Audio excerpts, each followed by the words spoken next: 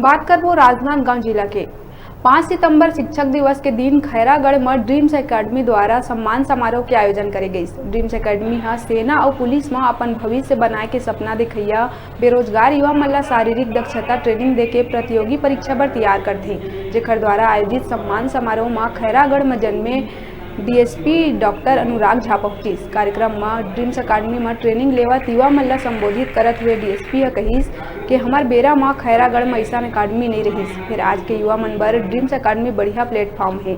Khairagarh GC पति कहिस police और सेना भर्ती के तैयारी करे बर फतेह मैदान ला सुरक्षित रखे बर समिति के गठन करे के जरूरत है। अंत में स्वयंसेवी संस्था एकेडमी के छात्र और पत्रकार मन के सम्मान करे गई।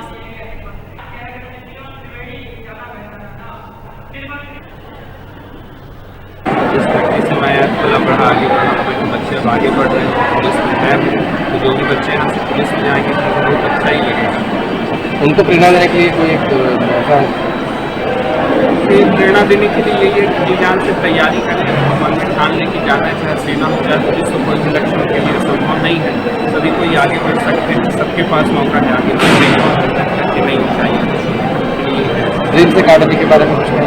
ड्रीम्स एकेडमी बहुत अच्छा काम कर रही है, जिस तरीके से बच्चों को आगे बढ़ने में मदद कर रही है। क्योंकि गाँव और दूरस्थ क्षेत्र में रहते बच्चों को पता नहीं रहता कि कैसे किस क्षेत्र में जाना है, क्या तैयारियाँ लगती हैं।